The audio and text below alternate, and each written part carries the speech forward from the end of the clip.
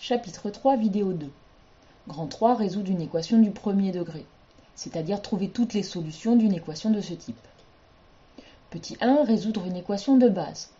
Nous allons d'abord apprendre à résoudre les équations du type x-6 égale 11.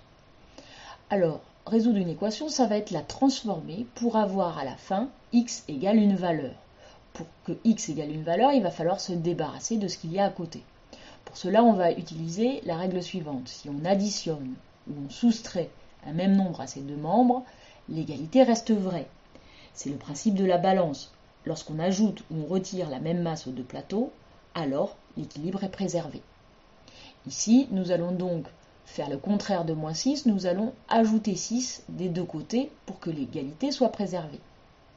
À gauche, nous trouvons donc x, puisque moins 6 plus 6 égale 0, c'était le but. Et à droite, nous trouvons 11 plus 6 égale 17. X égale 17 est donc la solution de cette équation.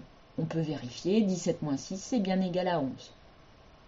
Maintenant, apprenons à résoudre les équations du type 8x égale 32. Cette fois, x est accompagné d'un fois 8. Comment se débarrasser d'un fois 8 ? Nous allons appliquer la règle suivante. Si on multiplie ou on divise un même nombre à ses deux membres, alors l'égalité reste vraie. Ici, pour se débarrasser d'un fois 8, nous allons faire le contraire. Nous allons diviser par 8 les deux membres. À gauche, 8x divisé par 8, ça nous donne un x, c'est-à-dire x. Et à droite, on obtient 32 divisé par 8 égale 4. Donc x égale 4 est solution de cette équation.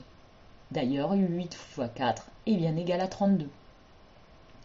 Maintenant, résolvons une équation du type x sur 5 égale 7.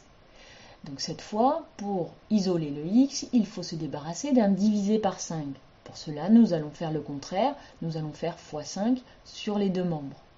À gauche, x sur 5 fois 5 vaut un x, donc x est égal à 7 fois 5, 35. X égale 35 est donc la solution de cette équation. Nous pouvons vérifier, 35 divisé par 5 est bien égal à 7.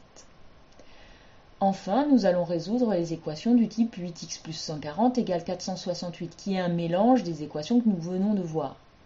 Nous allons d'abord nous débarrasser du plus 140 en faisant moins 140 des deux côtés.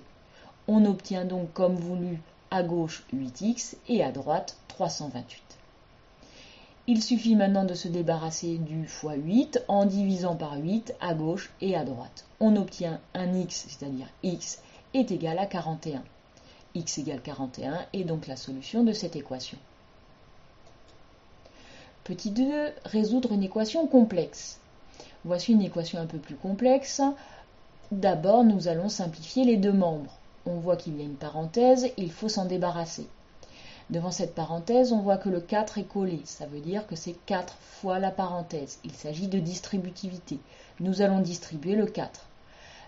Donc, 7x plus 2 égale 4 fois x, 4x, plus 4 fois 9, 36.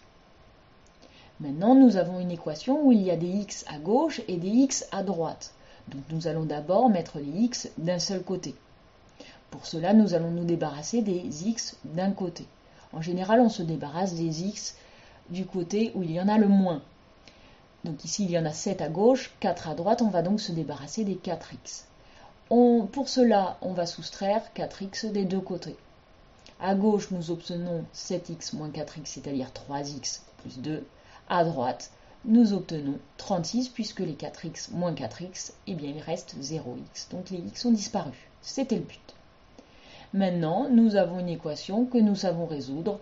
Nous allons nous débarrasser du plus 2 en faisant moins 2 des deux côtés. On obtient 3x égale 34. Et ensuite, on n'a plus qu'à diviser par 3 pour se débarrasser du 3.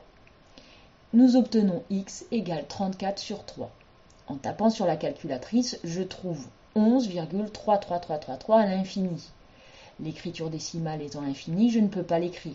Nous allons donc laisser l'écriture fractionnaire, qui est la valeur exacte de notre solution. 34 sur 3 est solution de notre équation. Voilà, c'est terminé.